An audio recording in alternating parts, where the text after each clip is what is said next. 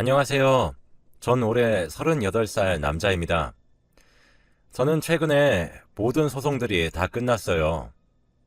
전 사실 행복한 결혼 생활을 하고 있다고 자부하고 있었는데 전부 제 착각이더라고요.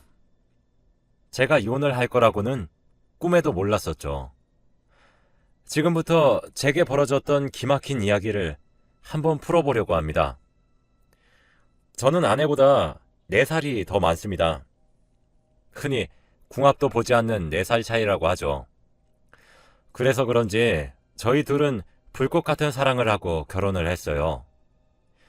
결혼한 지 2년이 되던 해였습니다. 저희는 2년 동안 아이를 가지려고 매번 노력했는데 잘 되지 않더라고요. 그래서 아내가 일을 그만두고 저희는 임신 준비를 하기로 했어요. 아무래도 아내는 사무직에서 계약직으로 종사하고 저는 대기업에서 일을 하고 있어서 월급도 제가 훨씬 많이 받고 제 외벌이로 충분하다는 이유 때문이었죠. 아내도 동의했고 저희는 결혼한 지 3년으로 접어들어갈 때쯤 아내는 퇴사했습니다. 그런데 항상 일을 하던 사람이 갑자기 전업주부로 전향을 하니 아내가 너무 많이 힘들어 하더라고요. 항상 밝고 에너지가 넘쳐나던 사람이었는데 점차 우울해져 갔죠. 아무래도 제가 있는 지역에 저만 믿고 혼자 왔기 때문에 주위에 아내의 친구들이나 친한 지인들이 없어서 더욱 우울해하는 것 같았습니다. 저는 그런 아내에게 그래도 오랜만에 일도 안 하고 편하게 있을 수 있는 기회 아니냐며 취미 생활이라도 찾아보라고 권유했어요. 뭘 해야 할지 모르겠다는 아내에게 동호회에 가입해서 사람들도 만나는 건 어떻겠냐고 제안했죠. 아내는 알겠다고 하더라고요. 점점 권태로운 나날들만 지속돼서 우울했던 아내는 제 권유에 의해 동호회에 가입하게 되었고 그 이후에 아내가 다시 밝고 활기찬 사람으로 돌아왔습니다. 그렇게 1년이 지나갔죠. 1년이 지나도록 저희 부부에게 아이 소식이 들려오지 않았어요. 그리고 아내도 점점 밖으로 나돌기 시작했죠. 동호회도 가입했다 탈퇴했다를 반복했어요. 저는 중간중간 도가 지나친 것은 아니냐고 말을 했었지만 아내는 그때마다 애교도 부리고 지금 아니면 육아에도 지쳐 살 텐데 언제 이런 자유를 누려보겠냐며 우는 소리를 했어요. 제가 아무래도 업무량이 많아 육아의 대부분을 아내가 해야 하는 것도 맞았기에 전 그저 알겠다고 근데 조금 적당히 해줬으면 좋겠단 말만 했죠. 아이를 가지면 아내가 충실하게 육아에 전념할 거란 말을 철석같이 믿었거든요. 근데 어느 순간부터 법원에서 서류가 날아오기 시작했습니다. 그것도 아내 이름 앞으로 말이에요. 저는 퇴근길에 우편함에 날아온 서류를 하나 가져다 주면서 아내에게 여보, 이게 법원에서 날라왔네? 이게 무슨 서류야? 라고 물으니 아내는 별 대수롭지 않은 표정으로 아, 그거 옛날에 고소했던 거였는데 이제 왔나 봐. 라고 하더라고요. 저는 고소? 갑자기 무슨 고소? 그런 말 없었잖아. 라고 하니까 아내는 별일 아니라고 알아서 하겠다면서 어서 밥이나 먹자고 하더라고요. 그래서 전 아내를 믿고 있으니까 알겠다고 하고 넘겼습니다. 근데 그때부터 시작이었어요. 그 이후로도 법원에서 몇 번의 서류가 왔습니다. 아내는 질질 끄나봐. 여보는 신경 쓸 필요 없어. 정말 도움이 필요하면 그때 꼭 말을 할게. 나 믿지? 라면서 상황을 모면했죠. 그래서 저 또한 그저 그러려니 했습니다. 그때부터 제 행복한 결혼 생활은 생지옥으로 변해버리게 되었어요. 어느 주말 한낮에 오랜만에 아내와 야외 데이트를 계획했습니다. 근처에 바람 쐬러 놀러도 갔다가 함께 쇼핑도 하고 영화도 보며 놀고 싶어서 나갈 준비를 했어요. 근데 바로 그때 띵동 하며 초인종 소리가 울리더라고요. 아내는 화장하고 있으니 저보고 나가보라고 했습니다. 그래서 현관문을 열며 누구세요? 라고 하니 어떤 한 여성분이 씩씩거리고 있었고 그 뒤로 한 남성분은 기가 팍 죽은 듯 조용히 입을 다물고 서 있더라고요. 씩씩거리던 여성분은 제게 그쪽은 누구시죠? 라고 물었습니다. 저는 여기 살고 있는 집 주인입니다. 그러는 그쪽이야말로 대체 누구세요? 라고 하니까 그 여자가 기가 막히단 표정을 짓고 헛웃음을 지으며 심지어 가정 있는 유부녀였단 말이야? 참나. 저기요, 여기 혹시 강여진 씨 댁 맞아요? 라고 묻더군요. 저는 네, 제 아내 되는 사람입니다. 그쪽 누구시냐니까요? 지금 제가 몇 번째 같은 질문을 반복하고 있습니까? 라고 다그쳤어요. 여성분은 진짜 아무것도 모르는 모양이신 것 같네요. 이야기가 엄청 길어질 것 같은데 들어가서 이야기를 해도 될까요? 라고 했죠. 그리고 다짜고짜 집 안으로 여성분은 들어왔습니다. 전 이보세요. 지금 이게 뭐 하는 짓입니까? 라고 소리쳤지만 그 여성분은 아랑곳하지 않고 거실로 걸어가 소파에 앉더라고요. 그런데 이상한 점은 아내가 그 시끄러운 소란에 무슨 일인가 싶어 나왔는데 그 여성분을 보고 정말 소스라치게 놀라서 덜덜 떨고 있었습니다. 그래서 저는 당신은 방에 들어가 있어. 내가 내보낼게. 라고 다정하게 말을 했어요. 그런데 거실 소파를 점령한 여성분은 참 대단하네요. 라더라고요. 그런데 뒤이어서 여성분이 말하는 내용은 거짓말 같았습니다. 그분은 아까부터 저보고 누구냐고 물어보셨죠?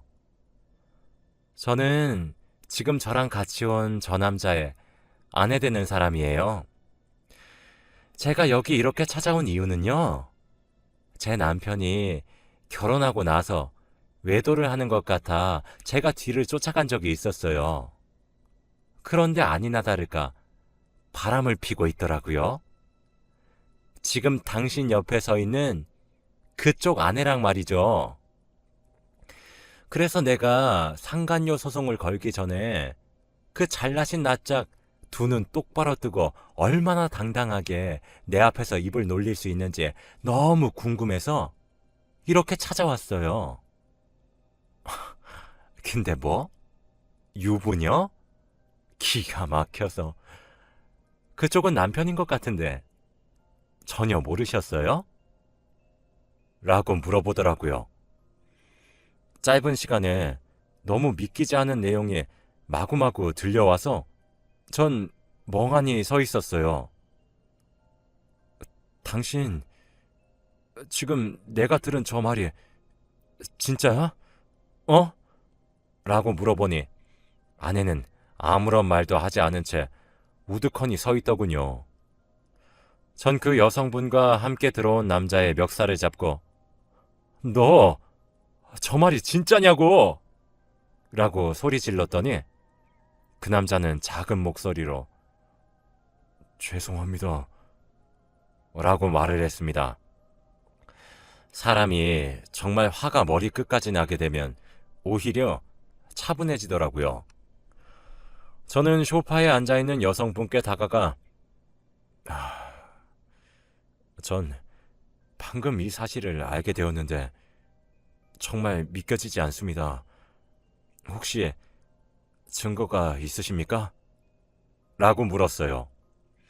여자는 기다렸다는 듯 메고 있던 핸드백에서 둘이서 주고받은 문자 내역과 데이트 현장에서 찍힌 사진 등등 빼도 박도 못할 증거로 보이는 것들을 제게 쥐어주더군요. 전 그저 묵묵히 그것들을 정독했어요. 사랑한다는 말이 난무하는 문자 내역들을 보며 손이 부들부들 떨리더라고요. 그런데 그때 순간적으로 아내의 이름 앞으로 법원에서 날라왔던 여러 개의 우편물들이 생각났습니다. 저는 아내가 있는 안방에 미친 사람처럼 달려가 온 방 구석구석을 헤집었죠. 아내는 하얗게 질린 얼굴로 절 뒤따라와서 이러지 말라고 왜 이러냐며 저를 뜯어말리기 시작했어요. 저는 그런 아내의 뺨을 내려치고 입 다물고 구석에 가만히 있어.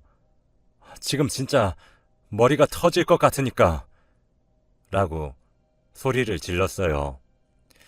한참을 뒤졌을까 거실 소파에 앉아있던 여성분도 궁금했던 건지 제 안방 문 앞에서 저를 빤히 쳐다보더라고요. 아내 앞으로 왔던 서류들은 옷장 깊숙한 곳에 있는 아내의 가방 안에서 전부 발견되었습니다. 저는 덜덜 떨리는 손으로 그 서류들을 하나씩 열어서 소리내어 읽었어요. 김미희, 이현주, 정다정. 당신 입으로 말해. 지금 당신을 상간녀로 고소한 상대방들이 왜 이름이 다 틀려? 라고 소리쳤죠. 아내는 저에게 뺨을 맞아 바닥에 엎어진 자세 그대로 눈물만 뚝뚝 흘렸고 여성분은 미친 거 아니야? 라는 말을 했습니다. 전 뭔가 뚝 하고 끊어지는 듯한 기분이었어요. 정신을 차려보니 여성분과 그 남편으로 보이는 놈이 절 뜯어말리고 있더라고요. 진정하라고 소리치는 여성분의 말을 듣는 순간 모든 것이 무너져 내리는 기분이었습니다. 일단 그 여성분의 연락처를 받아 적은 후 그 부부를 돌려보냈어요. 집에는 정막만 흘렀죠. 전 침대에 걸터앉아 바닥에 주저앉은 아내를 보고 전부 다 설명하라고 말을 했어요. 알고 보니 제가 동호회를 권유했던 일이 화근이 되었더라고요. 원래는 직장 생활에도 지쳤던 시기였기 때문에 집에서 제 내조를 잘 하려고 결심했고 아이를 가질 준비를 하려고 퇴직을 한 건 맞았다고 해요. 그런데 너무 집에만 있다 보니 우울증이 찾아와서 제 말대로 동호회에 가입해 사람들을 만나기 시작했다고 해요. 처음 가입했던 동호회는 사진 동호회였어요. 그런데 그 동호회에서 가정이 있는 남자로 보이는 회원이 자기에게 대시를 했었대요. 죄를 짓는 듯한 기분이 들어 수차례 거부했지만 동호회 회식 때 과음했던 날 넘지 말아야 할 선을 넘게 되었다네요. 마침 그날은 제가 출장을 가 있었던 날이라 저는 꿈에도 몰랐었던 거였고 아내도 양심에 찔려서 바로 동호회를 탈퇴했지만 그 이후로도 그 회원으로부터 지속적인 만남을 요구하는 문자들을 받았대요. 그래서 정말 단호히 거절하려고 만났는데 막상 또 직접 만나보니 젠틀한 남자로 보였고 매력적인 사람이라서 가벼운 유흥거리로 계속해서 만나왔다고 하더라고요. 꼬리가 길면 밟힌다고 남자 쪽 아내에게 걸려서 상간녀 소송을 당했는데 위자료도 남자 쪽에서 부담해줬다고 했어요. 저는 더 이상 아내의 입으로 직접 들으면 제가 이성을 놓칠 것 같다는 확신이 들었죠. 전 가볍게 휴대폰과 지갑만 챙기고 집을 나왔습니다. 찬바람을 쐬며 머리를 식혔어요. 그러다 문득 그런 생각이 들더라고요.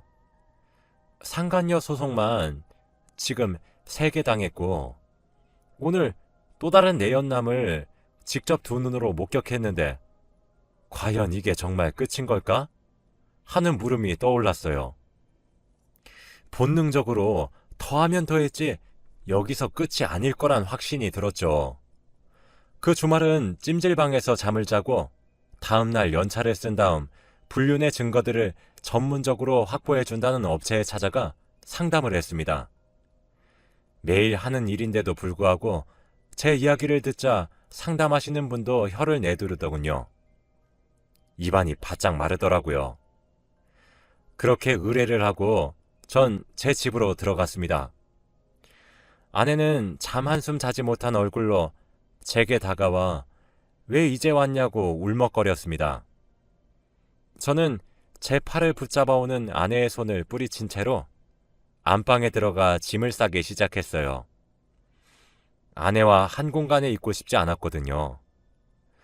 아내는 그런 저를 말리려고 했지만 제가 한번 노려보자 그저 옆에서 발만 동동 굴렀죠. 그렇게 전 집을 나와 친구네 집에서 숙식을 해결하기 시작했어요. 2주 정도 흐르니까 업체로부터 연락이 오더라고요. 수집한 증거를 퀵으로 보내준다고 했습니다. 근데 받아보니 진짜 상상을 초월하더라고요. 카드 내역, 계좌 내역 등등 상간녀 소송을 당한 3명과 절 찾아온 여성분의 남자, 유부남을 4명 만나고 있었고 그 외에도 미혼인 사람들을 4명 더 만나고 있었어요. 아무래도 어떻게 그런 정보들을 알 수 있게 된 건지는 자세히 말을 하기 어려울 것 같네요. 아무튼 사람을 만나는 것도 한두 명이 아닌데 저기다 쓸 돈은 어디서 났나 싶어 계좌 내역을 봤더니 유부남인 상간남들로부터 용돈을 받아 그걸로 미혼이고 어린 상간남들에게 선물도 하며 진짜 남자에 미쳐서 살았더라고요. 전 제가 출근할 때 일찍 일어나 밥을 차려주고 제가 퇴근할 때 항상 아내가 집에 있다고 알고 있어서 정말 꿈에도 몰랐습니다. 너무 어이가 없더군요. 저는 아내에게 전화를 걸었어요. 정말 진심으로 뉘우치고 반성하며 제게 용서를 구하는 것이라면 전 아내를 너무 사랑했기에 어쩌면 용서를 했을지도 몰라요. 전화를 받은 아내에게 저는 당신 상간녀 소송당한 3명의 남자랑 그때 우리 집에 찾아왔던 남자 말고 더 없어? 진짜 마지막 기회니까 솔직히 말해. 라고 차분하게 모른 척 이야기를 하자 아내는 덜덜 떨리는 목소리로 정말 그게 다야. 진짜 더 이상 없어. 정말 미안해, 여보. 라고 하더라고요. 정말 기가 막혔죠. 수많은 양의 증거들이 제 눈앞에 있고 제 손 안에 두툼하게 쥐어져 있는데 끝까지 거짓말만 늘어놓는 아내의 모습에 전 정말 마지막까지 남았던 한 줌 같은 희망이 산산이 부서졌습니다. 그래? 라는 제 대답에 아내는 우리 만나서 이야기하면 안 될까? 여보, 이렇게 집에 나만 혼자 남겨두지 말아줘. 응? 이라고 애원하더라고요. 저는 아무런 말도 없이 전화를 끊고 이혼 소송을 준비하기로 결심을 했습니다. 먼저 저희 부모님께 말씀을 드렸어요. 사실 전부를 말씀드린 것도 아닙니다. 아내가 외도했다는 사실만 말씀드려도 부모님이 뒷목을 잡고 쓰러질 것만 같아 이혼하게 되었다고만 이야기를 드렸죠. 만나서 이야기하자시는 부모님의 말씀을 뒤로 한 채 전 처가댁에도 전화를 걸었습니다. 맞아주시는 장모님과 장인어른께는 정말 죄송하지만 이혼소송 들어갈 것 같은데 저희 쪽으로 올라오셔서 딸을 데려가 주셨으면 한다는 말을 했죠. 장인어른은 이서방, 왜 그래? 갑자기 이혼이라니? 이혼이라니?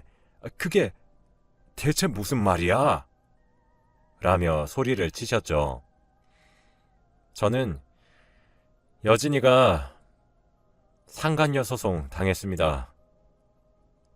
장인어른, 저도 안 믿겼는데 여진이한테 물어보니까 본인도 본인 입으로 맞다고 인정했고, 전 그런 여진이랑 더 이상 같이 살아갈 수가 없어요.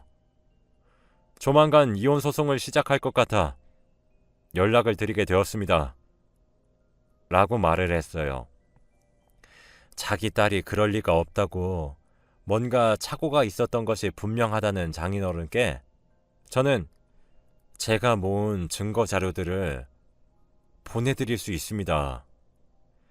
장인어른, 여진이가 정말 홧김에 단순 외도를 한 거였다면 한 번 정도는 저도 용서했을지 몰라요. 근데요, 여진이가 상간녀로 소송을 총 3번을 당했어요. 네? 3명의 유부남과 외도를 했고요. 또 다른 유부남 1명도 상간녀 소송을 준비하고 있다고요.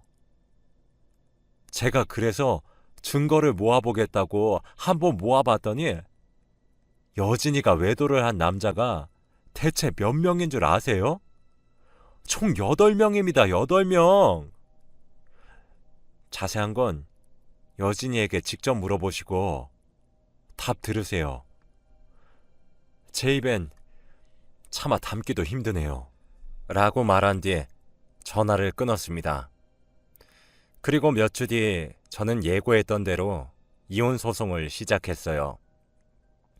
변호사에게 증거들을 보여주니 자기가 여러 외도 관련 이혼 소송을 맡아보았지만 이렇게 혀를 내두를 정도는 처음이라고 하셨어요. 지금 가져온 자료들로 충분히 승소하실 수 있다고 말하면서요. 저는 거기에 그치지 않고 아내가 만난 상간남 8명 전부에게 상간남 소송 또한 같이 진행하기로 했습니다. 솔직히 아내가 유부녀란 사실을 모르고 있는 사람이 있다면 넘어갈랬는데 하나같이 전부가 아내가 가정이 있는 사람이란 걸 너무나도 잘 알고 있었거든요. 그 부분도 서로 주고받은 문자 내역에서 알게 되었습니다. 정말 중독된 사람처럼 많은 남자들을 만났더라고요. 사실 지속적인 관계를 가진 사람들만 8명인 거지 일시적인 사람들까진 헤아릴 수 없는데 아마 어마어마한 숫자가 될 것이라고 예상이 되네요. 제가 준비한 증거들은 너무나 명백했고 그 외로도 변호사님이 따로 준비해 주신 자료들도 아내를 유책 배우자로 가리켰고 혼인 파탄의 이유 또한 아내의 불륜을 가리켰죠. 상간남들의 소송 또한 손쉽게 승소할 수 있었습니다. 전 제 아내와 총 8명의 상간남들에게 위자료로만 약 2억 정도를 받았어요. 그 후로 알게 된 이야기지만 아내는 관계 중독으로 정신과에 다니고 있다고 하더라고요. 아무래도 결혼을 하게 되면서 홀로 타지로 올라와 생활하게 되다 보니 우울함과 불안함을 남자들을 만나는 것으로 해소했던 모양입니다. 아무리 그렇더라 하더라도 저와 아내는 이제 돌이킬 수 없는 강을 건너게 된 것이죠. 짧다면 짧은 결혼 생활에 종지부를 찍게 되었습니다. 지금 저는 다시 저희 부모님 집으로 들어와 함께 살고 있어요. 아내는 처갓집에서 올라온 장인어른과 장모님 손에 이끌려 고향으로 끌려서 내려갔습니다. 그 와중에도 장인어른께서는 제게 딸을 잘못 가르쳤다고 미안하다고 허리를 숙이셨어요. 참 여러모로 씁쓸하더라고요. 아내는 제발 날 버리지 마 따위의 연락들이 주기적으로 오고 있는 상태지만 저는 모든 연락들을 그저 무시하고 있어요. 더 이상 얽히고 싶지 않은 마음도 참 큽니다. 저도 아마 한동안은 아내와의 결혼 생활, 그리고 이혼이 트라우마로 남아 절 괴롭힐 것 같지만 시간이 지나면 점차 극복할 수 있을 거라 믿어요. 여러분의 가정은 항상 평안하시길 바라는 마음으로 이만 글을 마칩니다. 제 글을 읽어주셔서 정말 감사드리고 모두 제가 스스로 극복해서 이겨낼 수 있길 바래주세요. 행복한 하루 보내시길 바랍니다.